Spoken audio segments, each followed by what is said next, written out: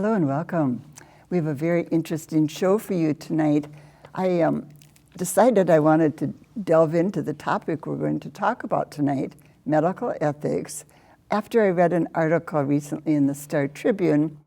And of course, I've thought about medical ethics a lot in these last years, but this scenario sort of piqued my interest, and it was a hospital in rural Minnesota, and they were describing the dilemma they were facing when they had one bed open and several calls from other hospitals saying, can you take one of our patients? And it got me thinking of the hard dilemma and choices that healthcare people are having to make these days. And that's just one problem. And we've got so many issues that tie into medical ethics. And the man to be with me to talk about this is a perfect guest. Steve Miles is here. And many of you know Steve from, well, maybe way back in '99 when he ran for US Senate. Maybe you knew him primarily as a gerontologist, which he did a lot of public things in that role. He's also an internal med doc.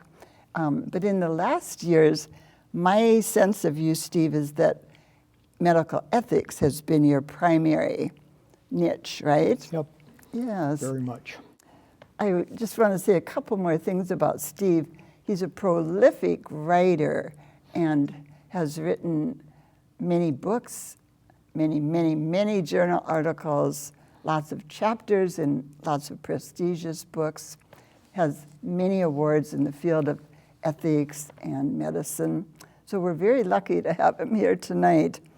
He, I think, is going to be willing to come back to talk about another one of his expertise areas, and that is the area of torture. And he has written a book that is his latest book on this topic called Torture Doctors, The Pursuit of Justice. And we don't have time to get into it now, but a very big and important topic. Thank you. Well, when I talk, as I did in the intro, about this rural hospital, it also happens in big city hospitals. What are some of the ethical considerations that hospitals are looking at in this specific issue? Not enough beds, more patients than they can handle. Well, it's fairly easy to project standard use of, say, intensive care units. But the problem is that we were overwhelmed with demand for intensive care in particular. Because of COVID? Because of COVID, of course. And the problem was that it not only were the COVID demands high, but the other demands for, say, heart attacks and kidney failure and severe pneumonia didn't stop. And, you know, you can't manufacture an ICU bed very easily because for every bed there's the technology, like a respirator, but then you have a whole group of people, respiratory therapists, pulmonologists, and special kinds of labs that has to be built around that respirator. And so we wound up in a severe crunch. And for a while you can play musical chairs and you can say, well, maybe I can send a patient over here and try and put off the shortage in my own hospital. But there were many times where the hospitals simply ran out of capacity to handle patients in a timely manner. And we did have people die in Minnesota and elsewhere because they could not get timely access to intensive care unit beds. We haven't read a lot about specific cases, but yeah, it's a very sad thing. I read that the important concept of clinical prognosis is key when you're looking at who lives and who dies, in a sense. Well, clinical prognosis counts, but there's a question of what is prognosis, because on the one hand, you've got prognosis that is, how long will a person live? And then another question is, what will be the quality of life after they get the acute intervention? And then the other part of prognosis is, what do they want? That is this chance for life numerically, or is this quality of life in terms of its quality something that the person would choose as a matter of their personal values? And so the question becomes one of taking what the medical science is, what the possibilities of the technology are, and a person's values, and make those decisions about how prognosis matches resources and matches possibilities for helping somebody. You're not, though, looking particularly at age, are you? Not so much, because even when you get to, say, a 70-year-old, life expectancy for a 70-year-old can be 15 years, and on average. And so we really, or 20 years actually for a 70-year-old, because if you don't die by the time you're 30, you keep getting additional years added onto the lifespan, okay? So it's good news for the people as we get older, isn't it? yeah. So we don't use age. We use comorbid conditions. If a person is, say, 85 and has severe lung and kidney disease, their prognosis for any new disease is going to be much smaller than a person who's 85 and walking in the Twin Cities Marathon. There's a case in Colorado that you told me briefly about, and I want you to define it a little for the viewers. Sounded very interesting. Organ transplant, people being told they had to be vaccinated or no transplant. Right. In Colorado, the story came up because the patient went to the press, but actually most facilities that do organ transplants these days will not do transplants on persons who have not had COVID vaccinations. And the reason for that is that the risk of getting severe COVID and dying of it is so very high that it's a matter of protecting both the patient and protecting the organ. We have, for example, somewhere around 2/3 of patients who get organs will get COVID. And of those, approximately 25 to 30% will die. Now, that's one side of it. Now, the other side is we got a tremendous shortage of organs. Roughly 3 people are waiting for every organ. And so the question is, how do we get the most life out of this scarce gift? And it is a gift because it's given by somebody else. And when you think about it,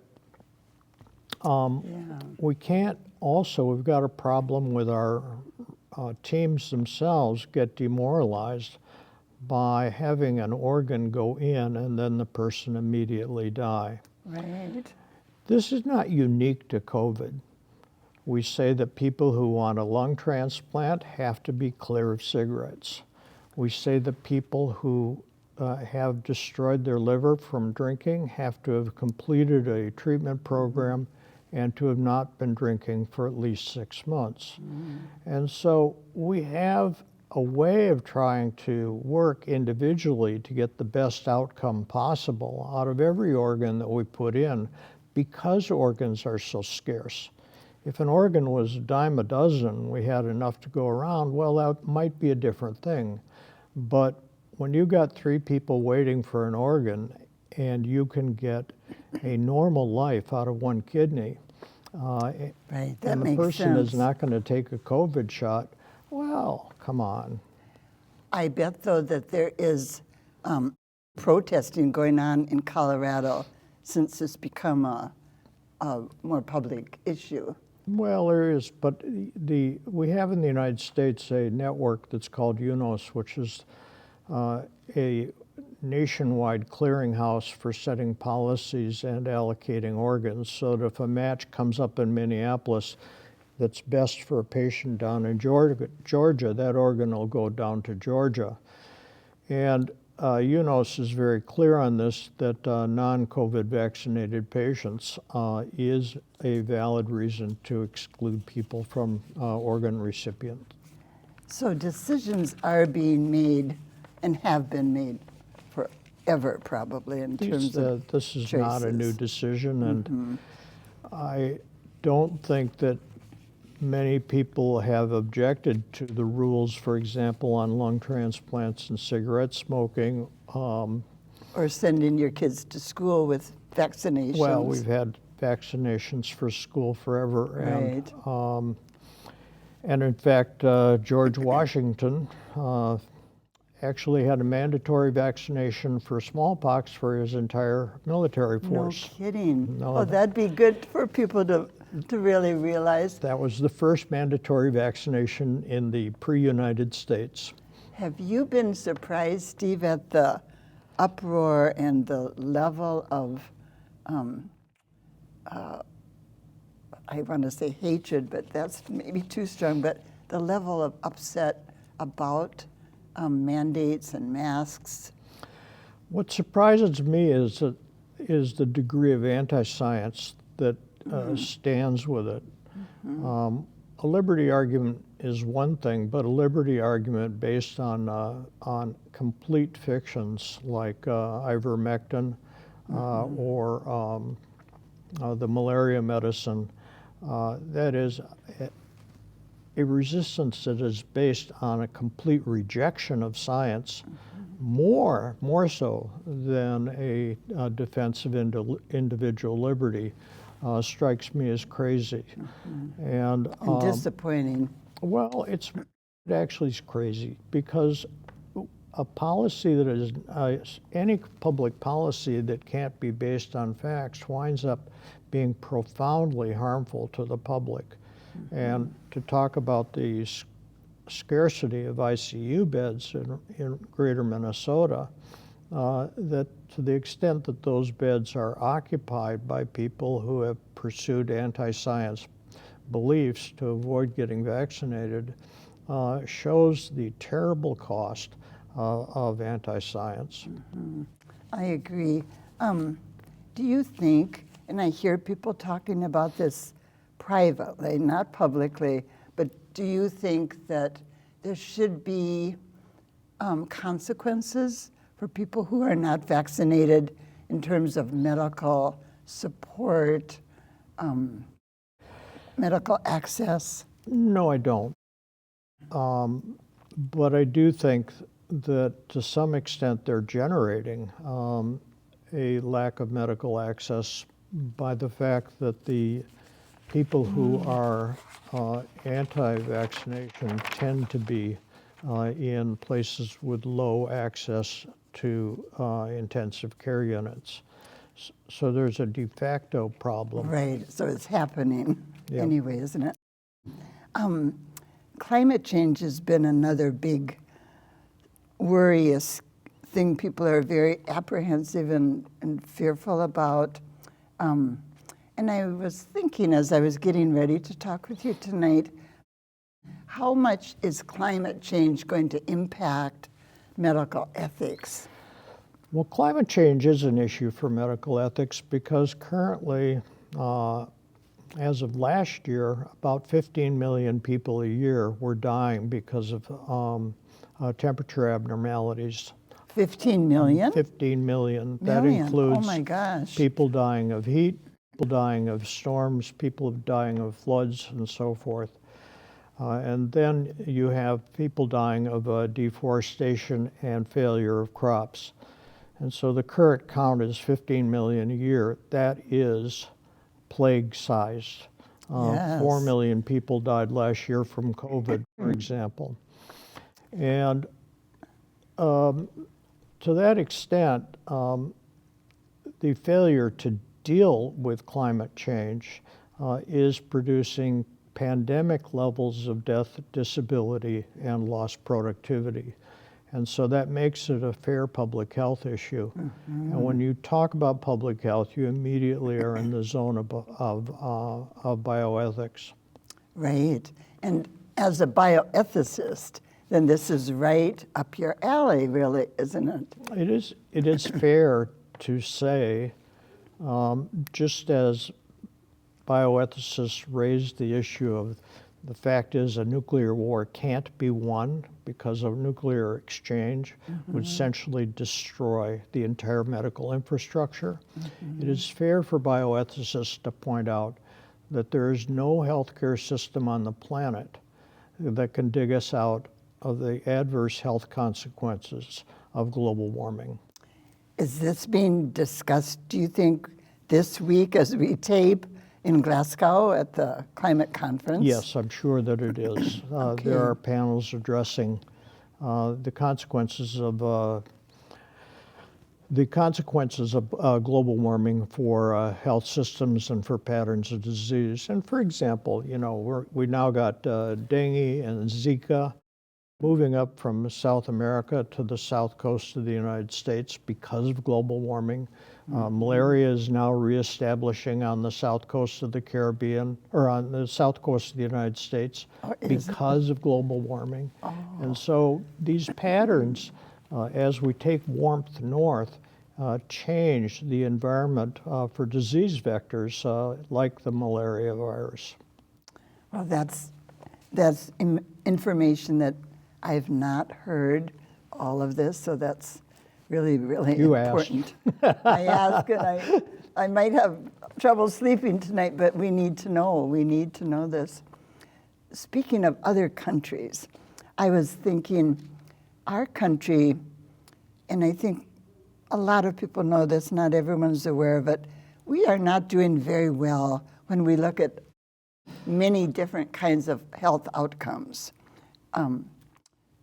You name it, we're probably lower half, pretty much all the way across the board, right? If you take the developed countries, that's called the OECD countries. These are the major economies like Japan and Austria and England. France, Germany. France, Australia. We are dead last and have been there for a long time, despite spending vast amounts of money. Yeah, much more money, right, than any other country. So easily double. And we're the only system that says we can't afford a universal access to health care. But the other hidden driver of this is that our system is highly specialty driven rather than primary care driven. And primary care healthcare is what drives public health outcomes, which is why our general indicators are so poor. And then another secondary driver is that we have an unusually broad distribution of wealth. Many poor people compared to rich people. And when you have more extremes of poverty and wealth, what happens is that the healthcare outcomes go down. So lack of a public policy for universal access to health care, a specialty rather than primary care focused healthcare system, and broad disparities of socioeconomic status. Not easy. 3 of those are not easy things to switch around and work on, are they? Well, we should deal with them because racism is obviously part of the socioeconomic driver, and you can go about a half mile from this studio, and we'll find that the healthcare outcomes are worse than Costa Rica. Another big question, genetic testing for Alzheimer's, the condition of Alzheimer's. What do you think about it? Is it something families should be considering, or is it developed to the point that it's worth doing?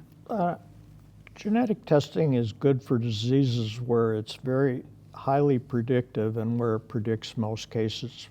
For example, genetic testing for Tay-Sachs disease or genetic testing for some kinds of breast cancer.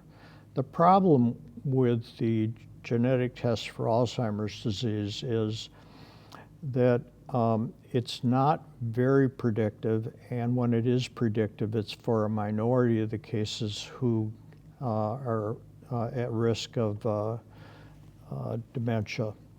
And so, and then there's a question of what can you do with the information. Right. So Without treatment. I'm not a big fan of it. But for families, for example, who have very early onset Alzheimer's disease, there are genetic tests available. Like people getting it in their 40s. Yeah, if they have, say, a parent who gets Alzheimer's disease at, say, 55, 60, the genetic tests are positive, are very helpful. But if somebody gets Alzheimer's disease at 80, the utility of the test for, say, the grandchildren is very, very small. That makes sense, Steve. With our population graying as it is, and not as many young people paying into the tax system, as we look ahead, what do you think about any possible ways to deal with this imbalance?